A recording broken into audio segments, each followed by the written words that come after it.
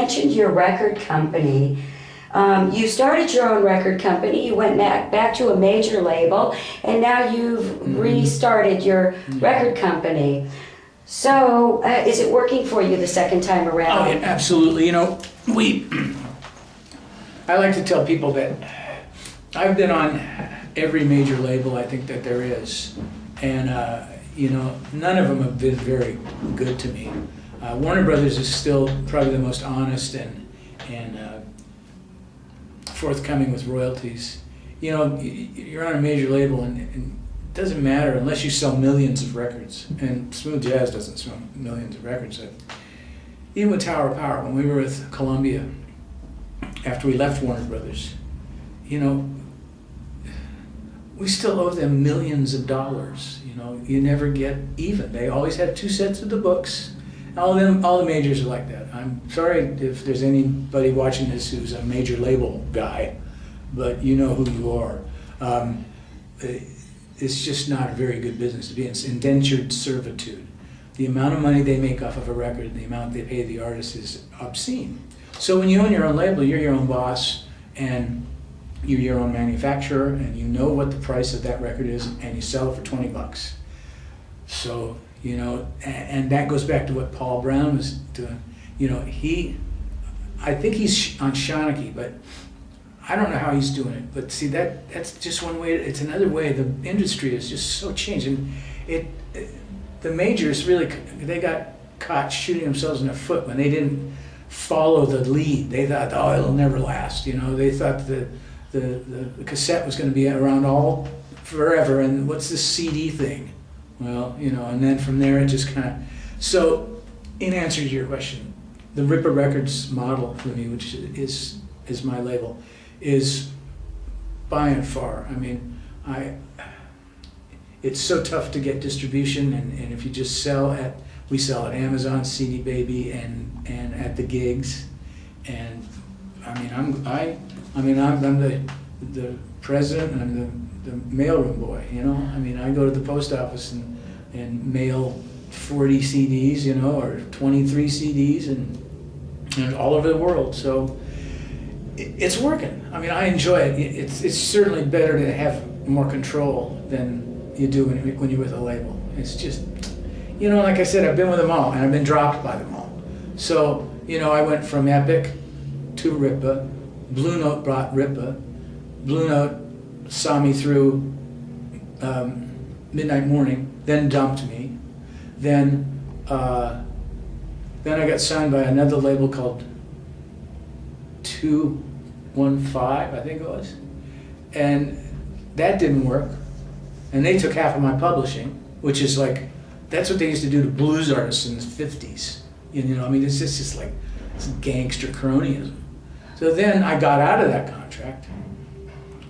And then I went back to Rippa, and the last two CDs, Cool to the Touch and East Bay Solar, on my label. And, you know, Blue Note had an allure to it, because, oh, it's Blue Note, that's cool.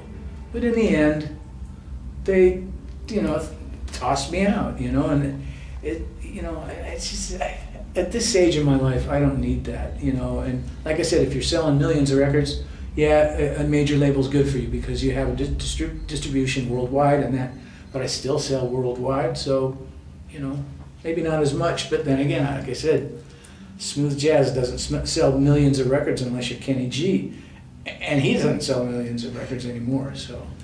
Well, you have continually been able to come up with original, catchy melodies in your career. How has technology changed the way you write music? Well, to tell you the truth, I'm pretty old-fashioned. I use pencil and paper, and of course the people that I work with, they all have Pro Tools and home studios. And the thing is it's kind of like living next door to somebody who has a pool and you don't. You know, I go to swim in their pool, you know, and I don't have the upkeep. I don't have to have the pool boy come by. I just say, hey, I'm coming over. They say, come on over. Of course, time is money, but still, I don't have to. I have not had to invest $250,000 into a home studio. Carmen Grillo, who was in Tower of Power with me, now he's an engineer, and he owns his own studio. That's where I've done my last 2 records, and it's 5 minutes from my house, so I don't have to go to Hollywood or anything like that. And James Wyrick, the guitar player in my band, he and I have been together since Hidden Agenda, and I just like music and lyrics, and so many times my lyric is the melody. You know, we write together on the song, but I've kind of an ability to knock out a melody, and it's lyrical, and you could even put a lyric to it, but it's, you know, it's a melody. Diversity is noticed in your body of work. How are you able to write and arrange in so many different genres? Well, and I think that one of the things that I have been lucky to have is a chameleon-like ability to adapt to a sound of a different artist, whether it be Annie Lennox from the Eurythmics, or Santana, or Linda Ronstadt, or Rod Stewart. I just kind of have this ability to kind of get into their heads, and I think this would work for you, this kind of style. And I think I have a style all into my own, which I created, and that's what they come for. So I'm lucky that I don't have to like reinvent, yet I love reinventing. And like I did some stuff with Trey Anastasio, who's the lead singer with Fish, and for his live shows. And they're like, oh, they're all about being the Grateful Dead, the young Grateful Dead, just wherever the music wants to go, let's let it go there. And so I'd kind of write a sketch, and it wasn't a big horn section that he carries. I think it's 3-piece, maybe 4. But he would send me a live recording. It was like they recorded their concerts like the Dead used to, and so these would be live tapes with people screaming and hollering, and you know. But I'd kind of, okay, do you guys play this every night? Yeah, pretty much. Sometimes we change it up. So he sent me like 2-3 nights, different version, and they were all completely different. You know, it's just like, you know, it's like one night was good acid, one night was bad acid. You know what I mean? I didn't mean that in only a loving way. But I would give them a sketch, you know, and they would work with what they needed, and it worked out every time. But then when I did Linda Ronstadt with Aaron Neville, and it was a huge orchestra, it was a 94-piece band, that it was that big record that she did with Aaron. Somewhere Else. No, that was Cry Like a Wolf or Cry Like something. Anyway, it was a big album, and I did when Something is Wrong with My Baby. It's an old soul song, and the horns played on it, and Peter Asher asked me if I'd like to orchestrate it. So unfortunately, I didn't get to conduct it, which I really love to do, and that would have been the biggest band I'd ever conducted. But you know, it's one of those things that we